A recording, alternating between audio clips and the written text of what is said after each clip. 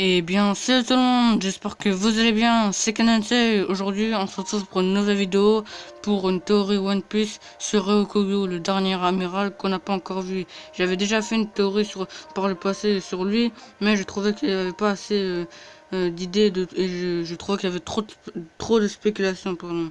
Donc j'ai décidé de faire un maximum de recherches pour ses inspirations, d'où il vient, et son fruit et son surnom. Donc commençons, allez, c'est parti.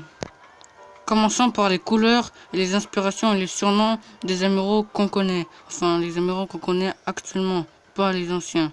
Donc, Aokiji dit le faisan bleu qui est inspiré de Yusaku Matsuda. Kizaru dit le saint jaune, inspiré de Kuni Tanaka. Sakazuki dit le chien rouge, inspiré de Bunta Sugawara. Fujitora dit le tigre violet, inspiré de Shintaro Katsu par son rôle de Zeitoshi.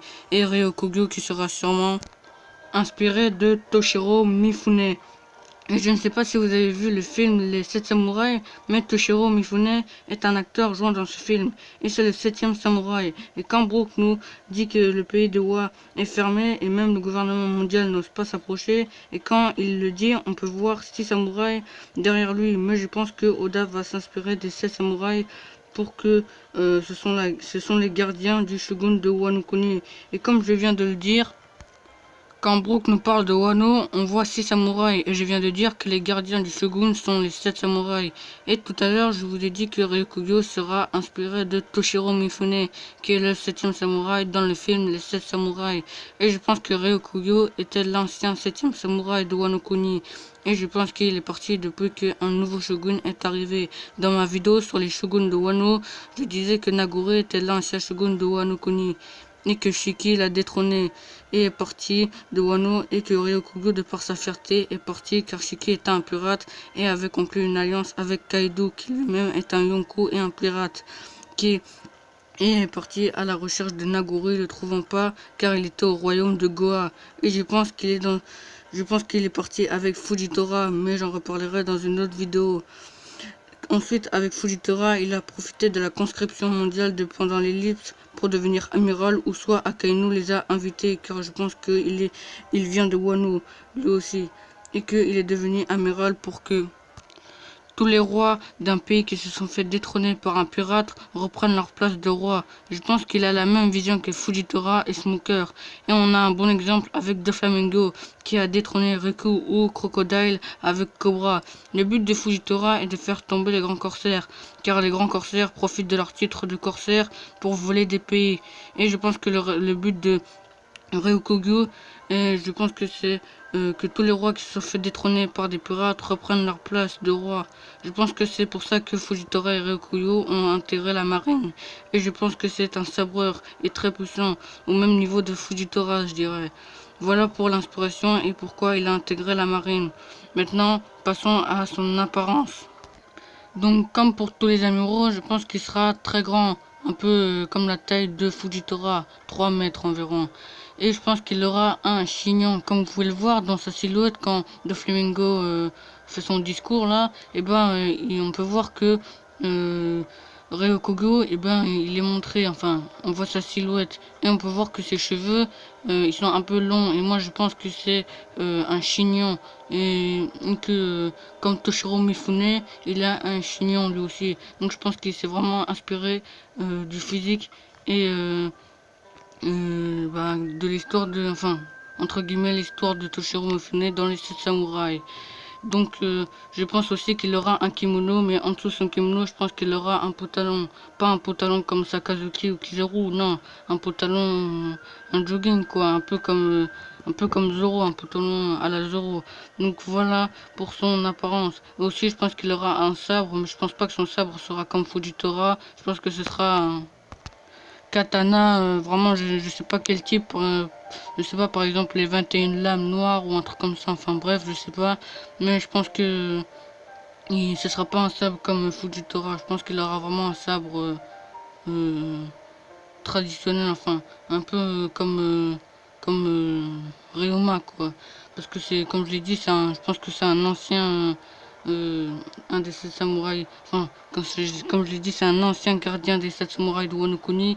Donc je pense que il aura un bon katana. Donc voilà pour son apparence. Et à part que il aura des claquettes, je pense pas qu'il aura des chaussures à la Sanji ou à la Sakazuki. Donc voilà pour son apparence. Revenons sur les animaux, enfin les surnoms des amiraux. Tous les, tous les surnoms des amiraux sont des animaux et je pense pas que Oda a mis ça au hasard. Je pense que tous les animaux, enfin les surnoms d'animaux des amiraux reflètent la personnalité de chacun des amirals, à part pour Fujitora et Ryukogu qui je pense est l'inverse de la personnalité des animaux, enfin des animaux qu'il est décrit.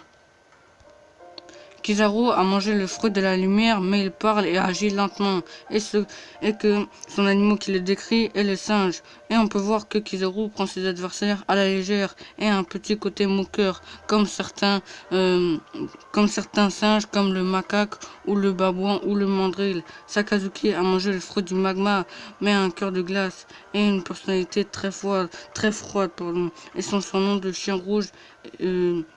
Il va bien, Sakazuki obéissait au droit et à l'ordre sans discuter. Bon, là c'est le maître de la marine, mais il reste le chien des Tenryubito et s'énerve vite comme certains chiens qui protègent leur maître. Et lui-même le fait. Sakazuki a protégé le QG de la marine du bloc de glace que Joes a envoyé et c'est Sengoku qui lui en a donné l'ordre. Kuzan a mangé le fruit de la glace, mais un cœur sourd et l'animal qui le décrit, l'animal qui le décrit est le faisan bleu. Et il le décrit bien. Les faisans et même presque tous les oiseaux s'envolent, sont libres de faire tout ce qu'ils veulent. Ils vont dans les villes, dans les forêts tropicales et peuvent traverser les mers. Pas comme le lion ou l'ours, qui ne peut pas car il peut pas voler ou nager. Donc, quand on y pense, les oiseaux sont presque les seuls animaux libres qui peuvent y aller où ils veulent. Comme Kuzan qui a toujours cette justice de liberté, comme quand il a laissé Robin partir d'Ohara, et Fujitora qui a mangé le fruit de la gravité, mais a toujours la tête sur terre. Et il est aveugle, mais il peut voir la vérité. Enfin pour Ryukogu, c'est le ver, et je pense qu'il a mangé le fruit du loga de la nature, des végétaux, un peu comme Hashirama, où il aurait le fruit du son, souvent représenté par le ver, et ce serait un loga, et oui, le son est un élément naturel. Ce serait logique, avec son surnom, le taureau vert qui écoute toute personne et fonce dans le tas, et bah lui non, il écouterait tout le monde et réfléchirait avant d'agir.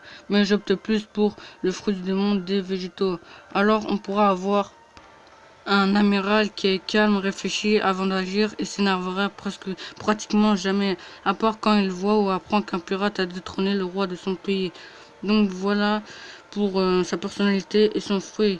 Donc là j'ai dit beaucoup de choses, donc on va faire un petit récapitulatif. Donc je pense que Ryukogu est inspiré de Toshiro Mifune, qui est le 7e samouraï dans le film Les 7 samouraïs, et que lui est l'ancien 7e samouraï de Wano, et qu'il est parti avec Fujitora pour retrouver Nagori, mais n'a pas réussi, et que son but est que tous les rois détrônés de leur place par des pirates redeviennent rois. Et que le fruit qu'il a mangé serait celui du son ou des végétaux, mais j'opte plus pour celui du végétaux, enfin des végétaux, qui seront des logias bien sûr, et qu'il serait calme, réfléchi avant d'agir et aimer la nature, et les animaux. Il s'énerverait pratiquement jamais, à part quand il apprendrait qu'un pays se serait fait détrôner par un pirate. Pour son apparence, il aurait un chignon, un kimono, et en dessous son kimono, il aurait un pantalon à la Zoro, et aurait des claquettes, un peu comme Fujitora, enfin des sandales quoi. Donc voilà, j'espère que cette vidéo vous aura plu. Dites-moi si vous aimez ce concept. Enfin, c'est pas vraiment un concept, hein, je ferai ça juste pour tous les amiraux. Enfin, tous les amiraux, pas les anciens, comme Sengoku et Zephyr. J'en ferai que sur Fujitora, Aokiji, Sakazuki et Kizaru.